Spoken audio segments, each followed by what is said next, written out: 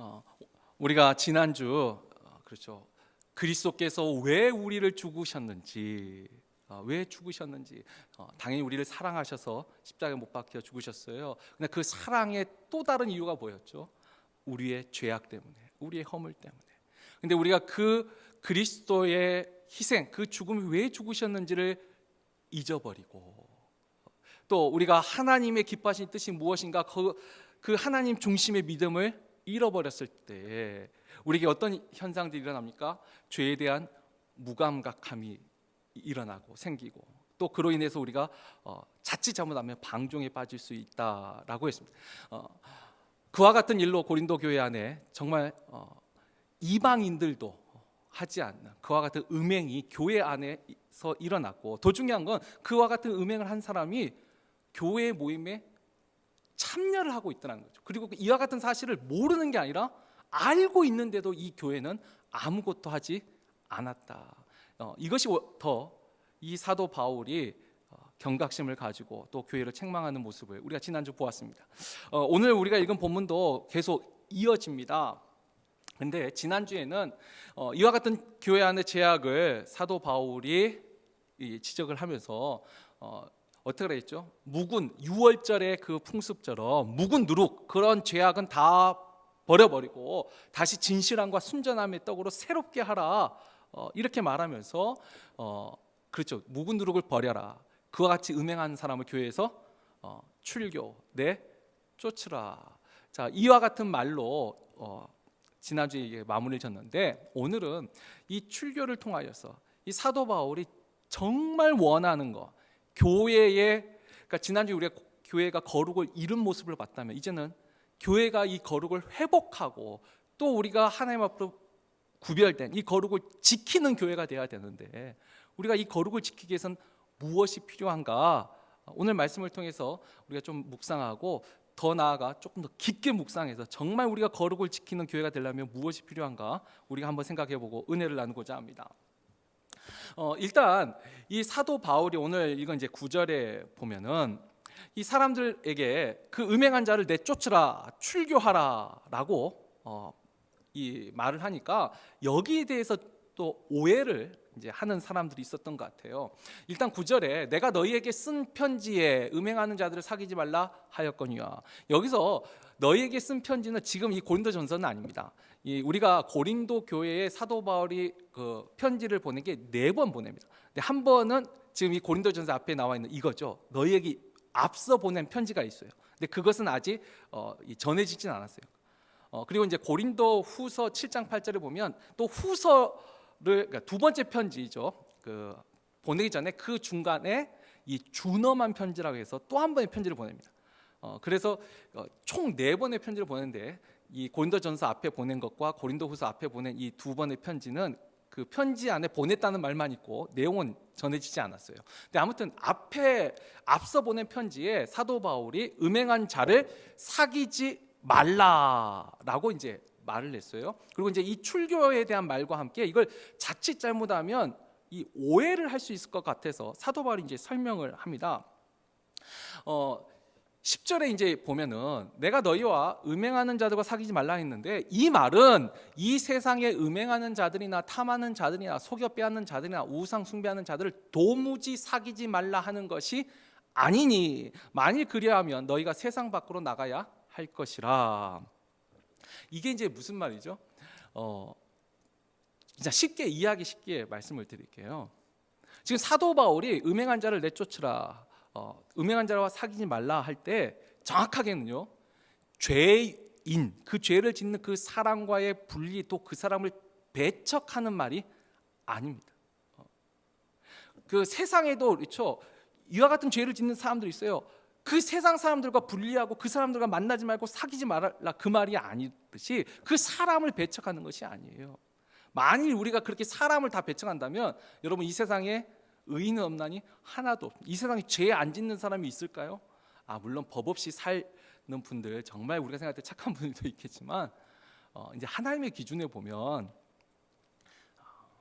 다 우리 모두가 죄인이에요. 그러니까 그 죄인을 다 한 번씩은 죄를 지은 거죠. 그 사람과 분리하고 배척하고 사귀지 말라 하면은 만날 사람이 없습니다. 지금 그 의미가 아니고 뭘 하라는 거죠? 죄를 분리하라는 거예요. 죄를 배척하는 거예요. 죄인이 아니고 죄를 분리하고 배척하는 거예요. 또 우리가 나중에 보겠지만 고린도전서 10장 27절에 보면 불신자들이 너희를 초대했을 때에, 불신자들이 아까 사귀지 말라 할 때 도무지 만나지 말라는 게 아니에요. 불신자들의 식사 초대에도 가라 그래요. 그리고 불신자들의 식사 초대에 우상의 제물로 드려진 음식에 대한 이야기를 하면서, 그러나 너의 양심을 위하여 묻지 말고 그냥 먹어라. 아예 만나지 말라는 말이 절대 아니에요. 여러분, 아예 안 만나면 어떻게 되죠? 우리 산으로 들어가야 돼요. 혼자 돛 닦으러 들어가야 돼요. 지금 그런 말을 한 것이 아니에요. 지금 사도 바울이 말하는 것은 이제 11절에 이제 보면은 정확하게는 이런 거죠. 이제 내가 너희에게 쓴 것은 만일 어떤 형제라 일컫는 자가, 여기서 형제라 일컫는 자라는 표현이 있어요. 여기서 형제라 일컫는 자는 남이 불러주는 게 아니라 저 사람은 예수 믿는 사람이야, 저 사람은 그리스도인, 지금 남이 말하는 그것이 아니고 스스로가 내가 예수를 믿는다라고 말하는 사람, 내가 하나님의 자녀라고 말하는 그 사람이, 이건 타칭이 아니라 자칭이에요. 내 스스로가 예수 믿는다고 말하는 그 사람이, 이것을 이제 새 번역은 이렇게 표현했어요. 스스로 내가 교인이라고 말하는 사람이, 내가 교인이라고 말하는 그 사람이, 우리가 지금 음행에 대한 이야기만 하고 있는데 사도 바울은 지금 음행만 말하고 있는 게 아니에요. 잘 보세요. 음행을 부리거나 근친상간같이 그런 큰 죄, 그런 나쁜 놈은 쫓아내야지. 그러면 좀 작은 건 괜찮은가? 아니요. 보세요. 탐욕을 부리거나 우상 숭배를 하거나 모욕하거나 또 술 취하거나, 딴 거 몰라도 술 취하거나 하면 또 뜨끔할 분들 우리 중에는 없습니다. 우리 중에는 없는데 아마 전 세계 교인들 중에는 상당수 뜨끔하신 분들 많을 거예요. 근데 보세요. 교인이라 하는 사람이 술 취하거나 또는 속여서 그것을 빼앗거든 사귀지도 말고 그런 자와는 함께 먹지도 말라.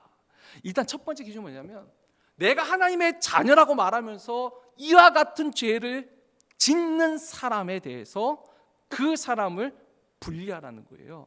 근데 여기서도 또 중요한 게 있어요. 그러면 교인들 중에서도 죄 짓는 사람은 다 분리하고 출기하고 내쫓으라는 말일까요? 아니요. 지금 그런 의미가 아니에요.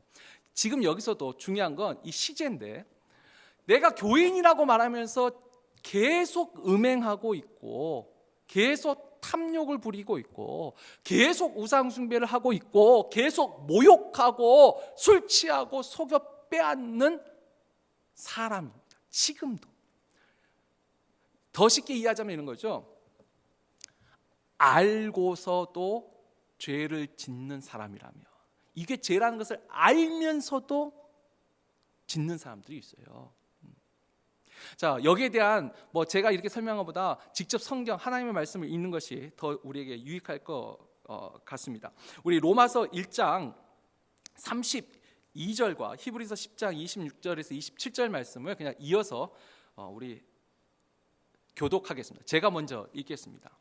자, 그들이 이 같은 일을 행하는 자는 사형에 해당한다고 하나님께서 정하심을 알고도 자기들만 행할 뿐 아니라 또한 그런 일을 행하는 자들을 옳다 하느니라.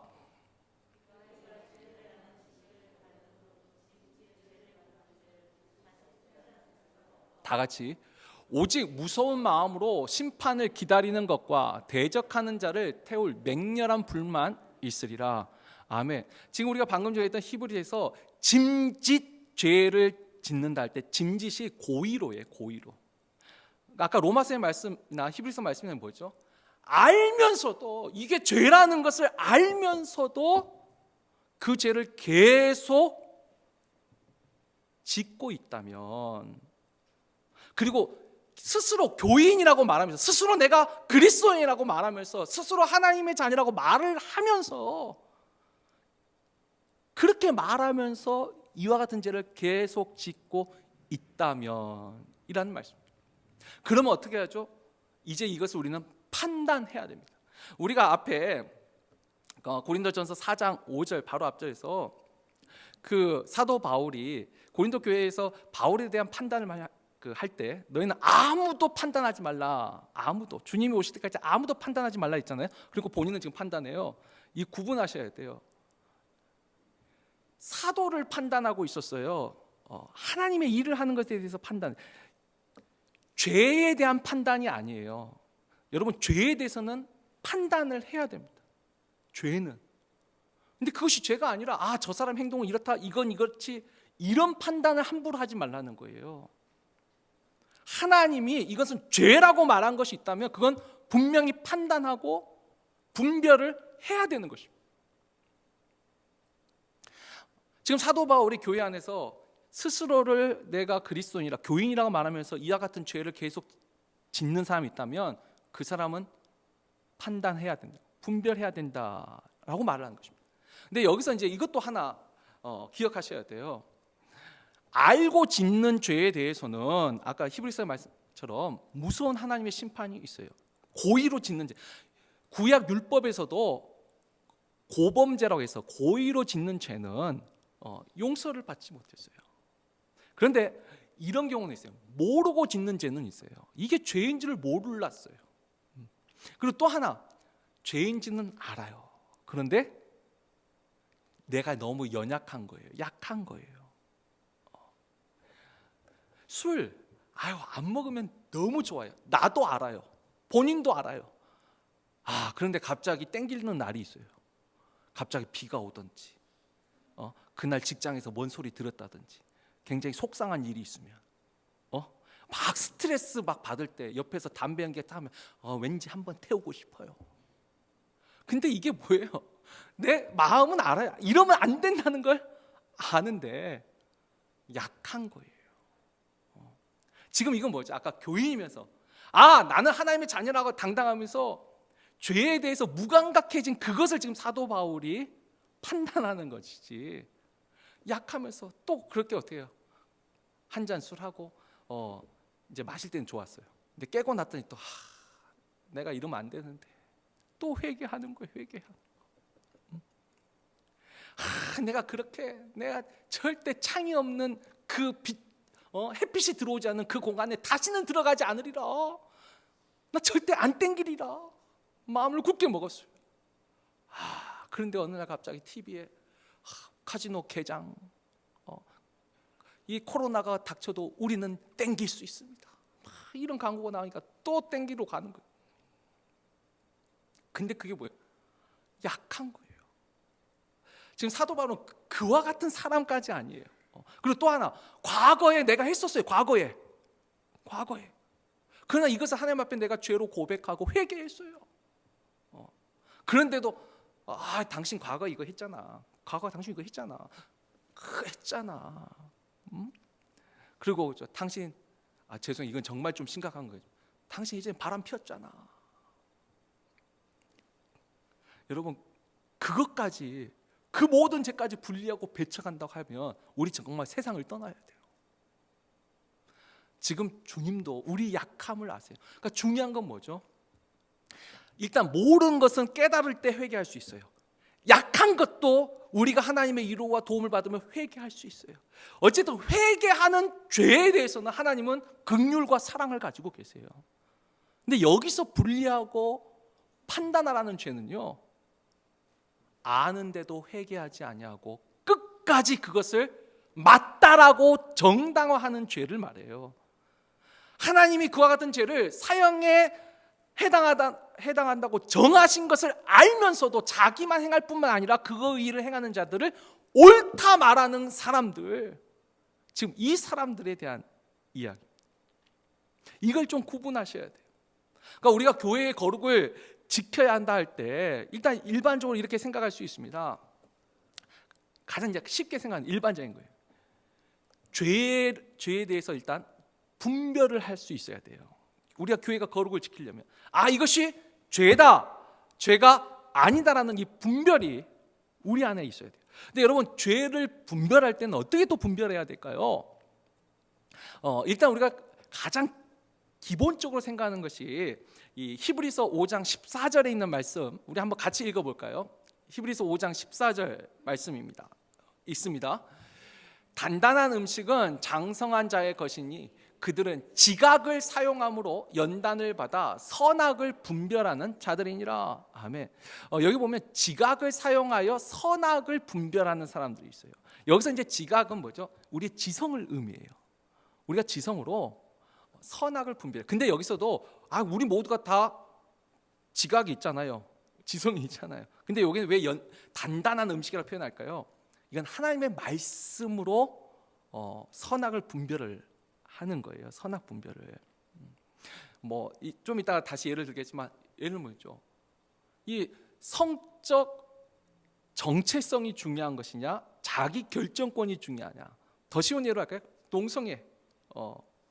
이와 같은 문제가 오늘날 이 세상의 지성으로는요, 이게 죄예요, 아니에요?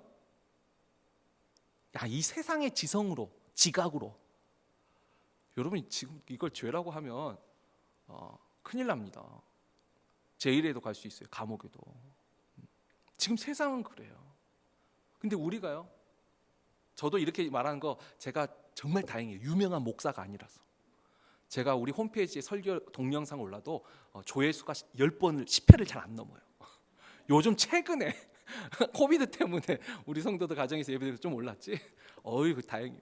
근데 요즘 큰 교회 목사님이 이걸 했자 누가 수할 수 있어요. 고소도 할 거예요. 근데 하나님의 말씀, 우리가 이 하나님의 말씀을 가지고 그 지각을 가지고 선악을 분별하는 거예요. 이제는 간통죄도 없어요. 없죠, 간통죄. 캘리포니아도 여러분 안심하세요. 바람 펴도 감옥에 가지 않아요. 거기서 아이고 좋아라 박수 치면 큰일인데.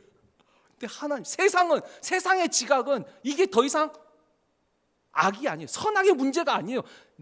내 스스로가 결정하는 성적 자기 결정권일 뿐이에요. 나의 권리일 뿐이에요.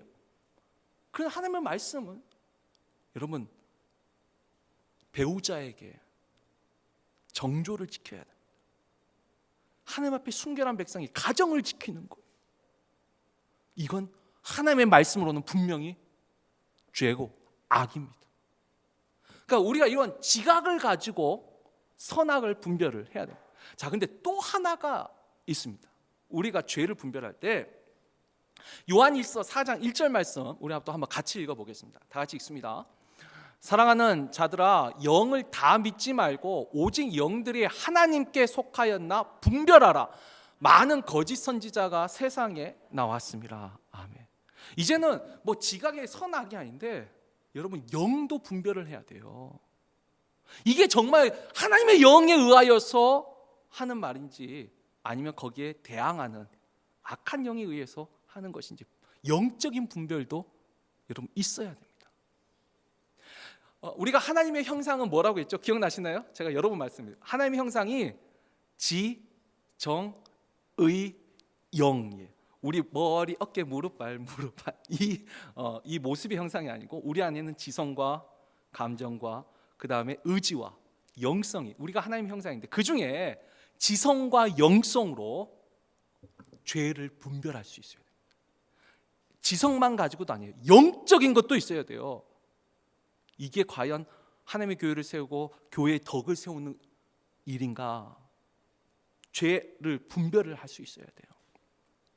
근데 제일 위험한 게 뭐냐면 감정으로 분별할 때가 제일 위험해요. 감정은요, 죄를 통한이 여기는 거예요. 슬퍼하는 감정인데 감정으로 분별을 하면 이게 제일 위험합니다. 내가 저 사람 별로 안 좋아하거든요. 그러니까 그 사람이 어떤 한 행동 하나를 딱 잡아서 판단합니다. 감정으로 하는 분별이 그게 비판이 될 수가 있습니다. 우리는 지각으로 분별하고 영적으로 분별을 하는 거예요. 분별은 감정은 느낄 뿐이지 분별하는 것이 아닙니다. 의지는요, 이제 죄를 분별했으면 어떡하죠? 죄를 분리를 시켜야 돼요. 분리할 때 필요한 게 우리의 의지예요. 결단이에요. 결심이 필요한 거예요. 어떻게 또 우리는 그 의지를 사용합니까? 우리가 마태복음 18장 15절에서 17절에 보면은 우리가 너무 잘 아는 말씀이 있죠. 너희 형제 중에 누가 죄를 짓거든 어떻게 하라 했죠? 의지를 사용할 때도 제일 처음에는 개인적으로 가서 권고합니다. 그렇게 하면 안 돼요. 근데 그 사람이 그 말을 들으면 형제를 얻을 것이요. 근데 그 사람이 그 말을 안 들어요. 예를 들면 음행도 마찬가지예요. 당신이 이와 같은 일을 내가 들었어요. 어찌된 일입니까? 그랬더니 이 사람이 내가 잘못했습니다 이러면 좋은데 아니라고 딱 잡아댔어요. 그럼 어떡하죠? 이제 두세 사람 증인을 데려가서 이 사람도 들었습니다. 이 사람은 봤습니다. 말을 하는 거예요. 증인을 세워서. 그런데도 이 사람이 또 나는 그런 일 없다고, 나 거기 안 갔다고, 어디 닮은 사람은 봤나 보지, 또 딱 잡았대요. 그러면 어떻게 해요? 예수님 교회에 말하고 이제 공동체가 말하는 거죠. 우리 교회에서 이와 같은 사람들 계속 보았는데 해명이 안 돼요. 그래도 안 들으면 어떻게 해요? 이방인과 세리를 대하듯이. 그게 이제 예수님도 말씀하신 이제 교회의 출교예요. 근데 여러분 이게 쉬운 것 같잖아요. 정말 어려워요. 아니 저도 좀 부끄럽지만 예를 들까요? 우리 목회자 성추문 한국 심심찮게 있었어요. 제가 얼마 전에 봤던 최근에 어떤 그 청년부 목사님이에요. 술집에서 이 성추행하다가 현행범으로 잡혔어요. 처음에는 무직이라고, 나 직업 없다고. 그래도 근데 이제 뭐 숨길 수 있는 게 어디 있어요, 세상에. 그랬더니 지금도 사역하고 있는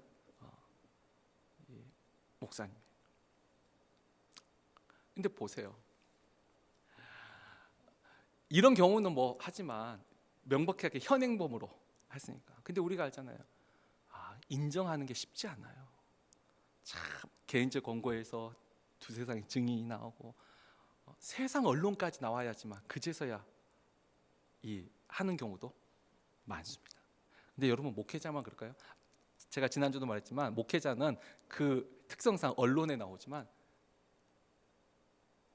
교회 안에 언론에 나오지 않았지만 이런 음행, 어떤 불륜을 가지고서도 계속 신앙생활하는 사람들이 계세요.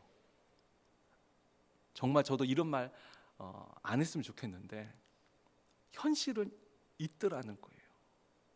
현실은. 근데 우리가 그런 의지를 가지고 있냐는 거예요.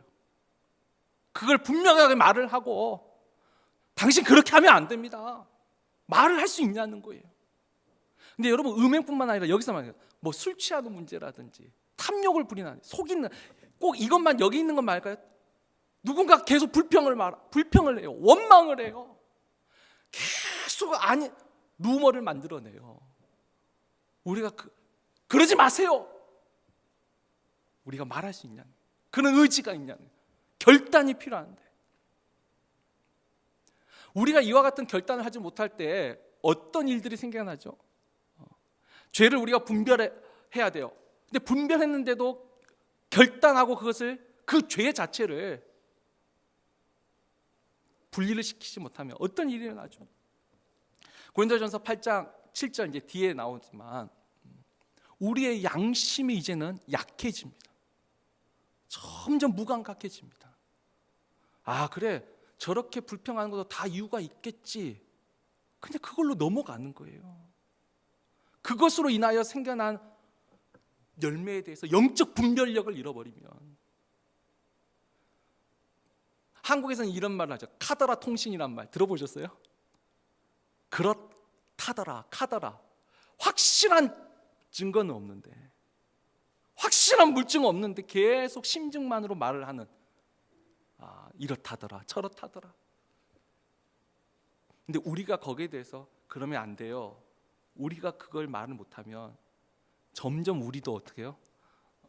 우리의 양심이 약해집니다. 그리고 나중에는 오염됩니다. 우리도 더러워집니다. 우리도 거기에 한마디 보태기 시작합니다. 여러분 솔직히 우리의 본성상 누구 막 칭찬하는데 말 보태는 게 쉬워요? 누구 험담하는데 말 보태는 게 더 쉬워요? 아니, 더 리얼할게요. 어떤 게 더 재밌어요? 야, 저 사람 저렇게 참 신실하고 좋다. 아이고 정말 그래요. 물론 이것도 있지만 이게 재밌어요? 아니면 야, 저번 봤더니 저 사람 몰래 이거 하더라.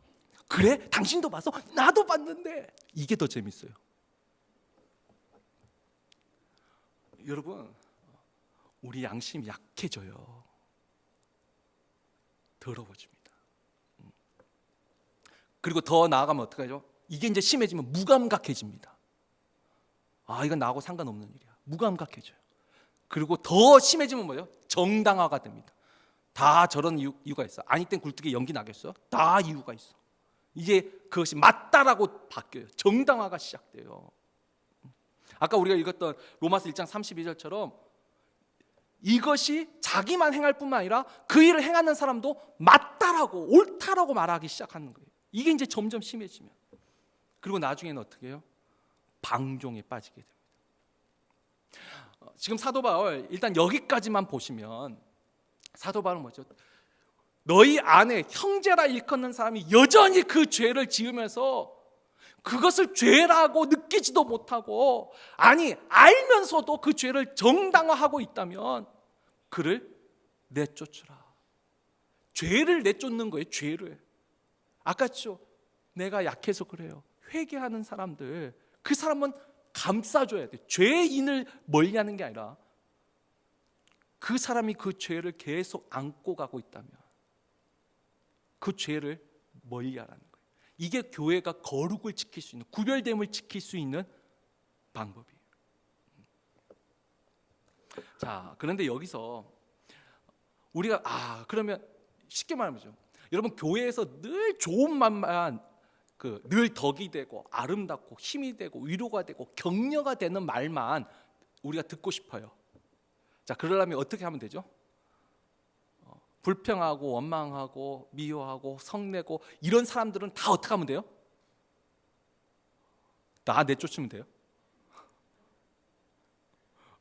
예전에 제가 뭐 좀 우스갯소리게 하지만 불교하고 기독교의 가장 큰 차이가 있어요. 자, 불교에서 남편 때문에 내가 속이 상해요. 지금 남편이 하도 나를 속을 상해. 자, 그러면 남편 때문에 내가 속을 안 상하려면 어떻게 하면 돼요? 자, 불교는 어떻게 하면 돼요? 제가 말씀드렸죠. 어떻게 하라고 했어요? 불교에 가르치면 그 남편을 버리는 거예요. 남편을 버리면 속상할 일이 없어요. 별로 감동이 없으시네. 내가 자식 때문에 속상해요. 지금 자식 때문에. 그러면 어떻게 하면 돼요? 그 자식을 버려요. 호적에서 지워버려요. 그러면 속상할 일이 없어요. 여러분, 그렇게 해서 해결돼요? 기독교는 어떻게 하죠? 그것을 버려서 나를 거룩하게 하는 게 아니에요. 버려서 거룩하게 하는 게 아니라 우리는 채워서 우리를 거룩하게 만들어야 돼요. 지금 사도 바울이 내쫓으라고 해서 이걸 출교해야 된다, 여기에 초점이 있는 거 아니에요. 고린도전서 전체 서신을 보면 사도 바울은 우리의 가슴을 하나님의 거룩으로 채우기를 바래요.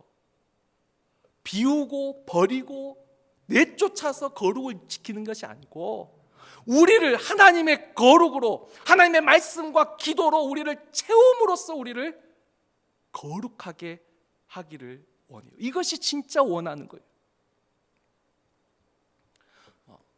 여러분, 우리가 디모데전서 4장 5절에 보면은 말씀과 기도로 거룩해진다 그랬어요.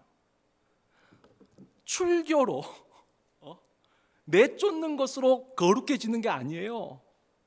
우리는 하나님의 말씀과 기도를 자꾸 채워야 돼요. 그걸로 거룩해지는 거예요. 그리고 그것으로, 그 말씀으로 죄를 분별하는 거예요. 그리고 여러분, 죄를 분별할 때도 제가 이것 좀 하나 좀 깊게 묵상했으면 좋겠어요. 여러분, 죄를 분별할 때도 이해하는 것과 인정하는 것을 좀 구분을 좀 하셔야 돼요. 이해와 인정이 뭐냐면, 인정은 이제 이게 공감이라고 또 할 수 있어요. 공감이라는 단어가 너무 좋은 거예요. 근데 공감이 어떤 사람의 슬픔과 아픔과 이런 기쁨들을 정말 내 일처럼 느끼는 그 공감은 너무 좋은 거예요. 근데 죄에 있어서 공감을 느끼는 건 안 돼요. 죄는. 예를 들면 이런 겁니다. 제가 뭐 민감한 현재 상황은 이야기 안 하고 과거 이렇게 한국에 아주 오래전에 지존파라는 이 아주 악질적인 이 강도 집단이 있어요. 이 지존파의 목적이 뭐냐면 그 당시에는 그랜저 타는 사람들 다 죽이고 재산 뺏자는 거예요. 그러니까 부자들. 이 지존파가 굉장히 유명했었어요. 병들었어요. 근데 이 사람들은 이제 잡았어요. 드디어 잡고 근데 해봤더니 이 지존파의 구성원들이 다 이 사회로부터 이 상처를 받은 사람. 한 사람은 정말 열심히 이 노동판에서 일을 했어요. 그래서 돈을 한 1,000만 원 정도 모았는데 싸움이 벌어져 가지고 하여튼 싸움을 팼어요. 근데 그것 때문에 변호사를 썼는데 변호사비로 그 1,000만 원을 다 써버린 거예요. 자기는 몇 년을 일해 가지고 모은 돈인데 변호사 말 몇 마디 하고 그 돈을 싹 가진 걸 보고 내가 이 세상에 희망이 없다. 그래서 가진 사람, 그러니까 때린 사람이 좀 부자를 때렸던 것 같아요. 그래서 그 미움이 있었던 거예요. 미움이. 우리가 이제 그 이야기를 들으면 어떻게 해요? 이해는 되죠. 이 사람이 왜 이렇게 부자들과 이런 사람들, 지식인들에 대해서 미움이 있는지 이해는 되죠. 그런데 그 마음, 그래, 정말 그럴 수 있어. 공감을 넘어서 인정을 할 수가 있나요? 그것이 이해된다고 해가지고 그 사람이 그 하는 일이 정당화를 할 수는 없는 거죠. 조금 더 민감하지만 성소수자들이 있어요. 우리가 그 성소수자들이 겪는 그 어려움을 이해할 수 있어요. 직장에서 당하는 그 차별이라든지 가족 안에서 생긴 어려움이라든지 우리가 이해할 수 있잖아요. 이해도 어려우세요? 이해는 할 수 있어요. 근데 우리가 거기에 정말 그렇지, 나도 그런 적이 있었어, 공감하면서 그것을 인정할 수 있냐는 거예요. 제가 지금 지존파, 성소수자 이런 얘기하니까 그럼 안 되지, 쉽게 아마 동의가 되실 거예요. 근데 제가 또 하나 얘기할까요? 야고보서 1장 20절에 보면, 이건 제가 제 개인적으로 은혜 받았던 말씀, 지금도 이 말씀 지키려고 노력하는데요. 야고보서 1장 20절을 보면 사람이 성내는 것이 하나님의 의를 이루지 못한다 라는 말씀이 있어요. 제가 예전에 이 말씀을 확 와닿기 전에는, 여러분 화를 안 내는 사람이 있을까요, 없을까요? 나 지금까지 살아면서 난 단 한 번 화를 내본 적이 없다. 손 들어 보십시오. 저도 내리겠습니다. 화를 안 내는 사람이 없어요. 왜? 우리가 세상 살다 보면 화나는 일이 얼마나 많아요. 집에서도 맨날 나오는데. 그런데 보세요. 그렇게 화를 낼 때 여러분, 물론 그 중에 이유 없이 화를 내는 사람은 우리를 사이코라고 말할 수 있어요. 그 사람은 이유가 없습니다. 근데 대부분 화낼 땐 다 뭐가 있어요? 이유가 있잖아요. 그때 우리가 어때요? 저 사람 화내는 거 이해할 수 있어요. 근데 그 분노에서 하는 행동들을 우리가 인정을 하면 안 됩니다. 제 자신한테 제가 이 말씀을 읽고, 그러니까 제가 참 어리석어요. 제가 솔직히 말해요. 우리 부부가 부부 싸움을 해요. 자, 근데 물론 99%는 제가 잘못했어요. 근데 1%는 잘못한 적이 있지 않겠어요? 사람인데 1%는 잘못했어요, 분명히.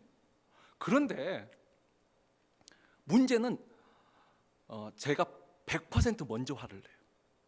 이게 문제예요. 그러면 어떡하죠? 내가 이렇게 화낸 거 정당하다고 제가 변명을 시작해야 되잖아요. 근데 제가 했었어요, 그렇게. 근데 이 말씀을 제가 가슴에 새기고 나서는 이유 불문이에요. 내가 성내는 것은 하나님 앞에 하나님의 의를 드러내지 못한다. 그러면서 내가 이렇게 화난 거 이유를 설명하고, 내가 이래서 화냈지 그건 안 하고 그다음부터 무조건 미안하다고 말을 해요. 이유 불문. 내가 화를 냈으니까, 내가 먼저 소리를 쳤으니까, 또 먼저가 아니라도 나도 소리를 높였으니까. 여러분, 이게 우리가 그 죄의 정당화라는 것을 정말 나쁜 사람들만 이렇게 하는 거 아니요. 우리도요. 은연중에 우리의 삶 속에 나의 행동에 대한 정당화가 늘 이루어지고 있어요. 여러분 그걸 분별하셔야 돼요. 우리가 교회 안에서만 죄를 분별한 게 아니라 오늘 이 말씀을 저는 우리 개인에게도 한번 적용했으면 좋겠어요. 우리가 하나님이 거하신 성전이잖아요. 우리 안에 여러분 내 안에 불평이 가득해요. 원망이 가득해요. 며느리는 시어머니에 대한 원망이 있고 시어머니는 며느리에 대한 불평이 있고 사장은 사원에 대한 이 불평이 있고 사원은 사장에 대한 원망이 있고 우리 안에 그런 것 없으세요? 그것도 분별을 해야 돼요. 나를 지금 힘들게 하고 두렵게 하고 나를 망쳐가는 것들 여러분 그것도 분별할 수 있어야 돼요. 이건 당연한 거예요. 정당화하지 마세요. 잘못한 거 그런 것도 이해를 못해? 이해 못하더라고요. 그냥 그래 내가 화낸 것 미안해.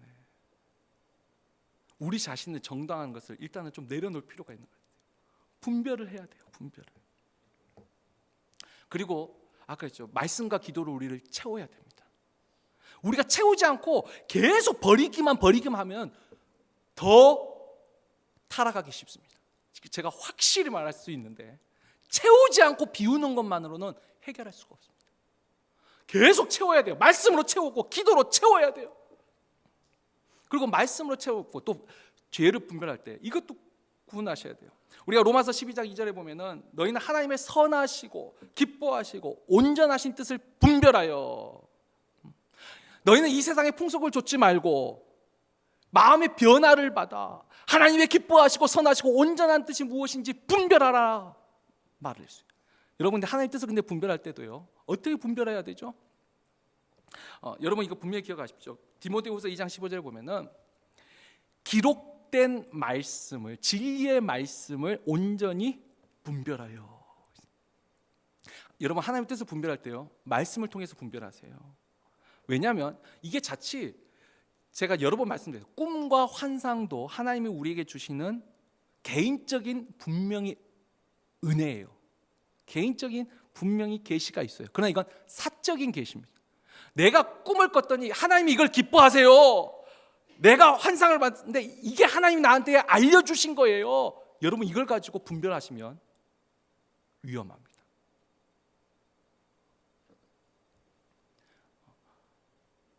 내가 꿈에 봤더니 권사님이 내 욕을 하더라고. 권사님 그렇게 죄 지으면 안 돼요. 여러분 웃으셨죠? 근데 이 말 진짜로 하는 분을 제가 봤어요. 진짜 꿈에서 나한테 욕했다는 거예요. 그렇게 죄 지으면 안 된다고. 여러분 그걸 가지고 분별하면 더 큰 문제가 생겨요. 사적인 그 계시로 하나님 주신 은혜로 분별합니다. 기록된 말씀을 가지고 심지어 그 말씀도 잘못 해석할 때 우리가 위험한데 그래도 말씀을 붙잡아야 돼요. 마지막 하나만 더 말씀드리고 말씀을 이제 맺겠습니다. 우리가 교회의 거룩을 지키려면 아까 죄를 분별하고 그 다음에 결단하고 분리하고 이 죄의 영향을 받지 않으려고 노력하는 것 이것도 분명히 중요하지만 그보다 더 중요한 건 하나님의 말씀으로 우리를 채우고 또 쉬지 않고 계속 기도함으로 하나님을 의지함으로 우리의 거룩을 지켜야 된다 했습니다. 그리고 그 안에 또 하나 있죠. 우리가 교회의 거룩을 지킬 때 분리했어요. 채웠어요. 그리고 하나 더 사랑이 있어야 돼요. 성도의 건덕이라고 하죠. 건전한 덕을 줄여서 건덕이라고 하는데 우리가 고린도전서 8장 9절에서 13절 나중에 보겠지만 한 번 더 같이 읽어보죠. 고린도전서 8장 9절에서 13절과 로마서 13장 8절 10절을 계속 교독하겠습니다. 제가 먼저 읽겠습니다. 그런즉 너희의 자유가 믿음이 약한 자들에게 걸려 넘어지게 하는 것이 되지 않도록 조심하라.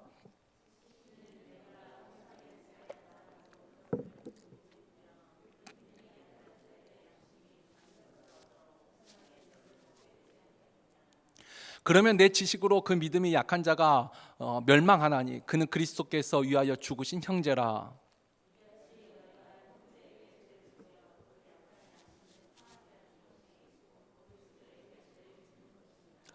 그러므로 만일 음식이 내 형제를 실족하게 한다면 나는 영원히 고기를 먹지 아니하여 내 형제를 실족하지 않게 하리라.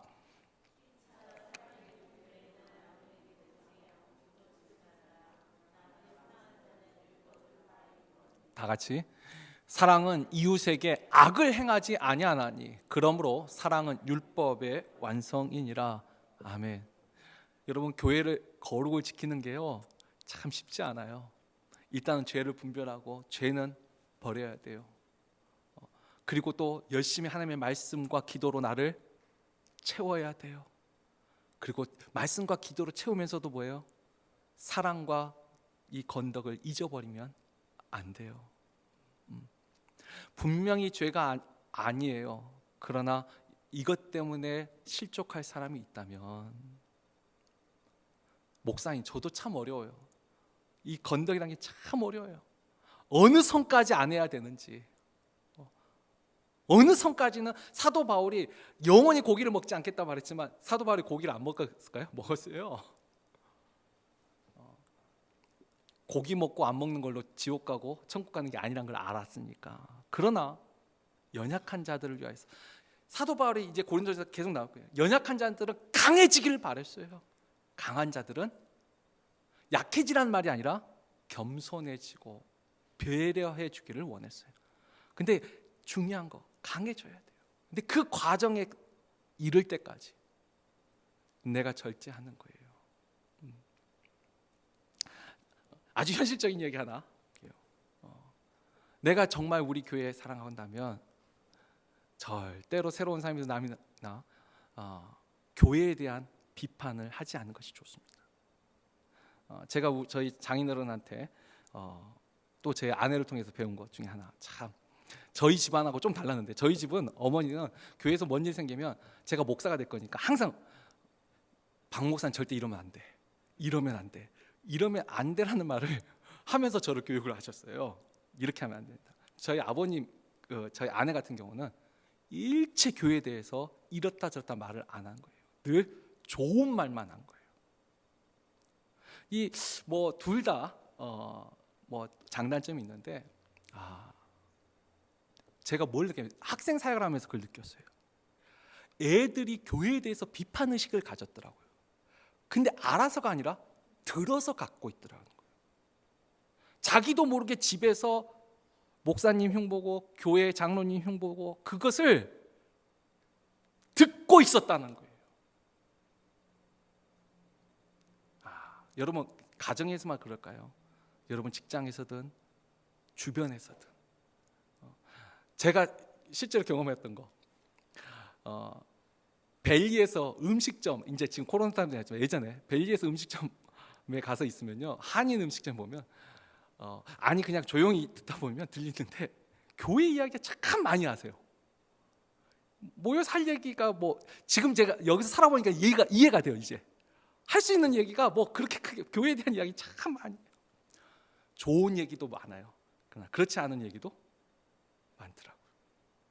여러분, 오늘 우리가, 제가 참 많은 이야기를 드렸지만 하나님이 거룩하기 때문에 우리도 거룩해야 돼요. 우리 교회도 거룩해야 돼요. 근데 그 거룩을 지키기 위해서 분명히 죄를 분별하고 분리하는 거, 하나님의 말씀과 기도로 채우는 거, 그러나 우리가 믿음을 가진 자로서 이 건전한 덕과 또 사랑을 잃어버리지 않는 거, 연약한 형제들을 감싸주고 또 위로해 줄 수 있는 거. 여러분, 제가 이거 말한 거 절대 쉽지 않아요. 어디까지가 판단이고 어디까지가 분별이고 어디까지가 건덕이고 어디까지가 사랑이고. 근데 거기에 대한 저의 답은 여러분 각자 믿음의 분량대로, 그러나 이것을 꼭 기억하시고 기도하면 하나님이 우리에게 지혜를 주시고 우리가 어떻게 행해야 될지 알려주실 줄 믿습니다.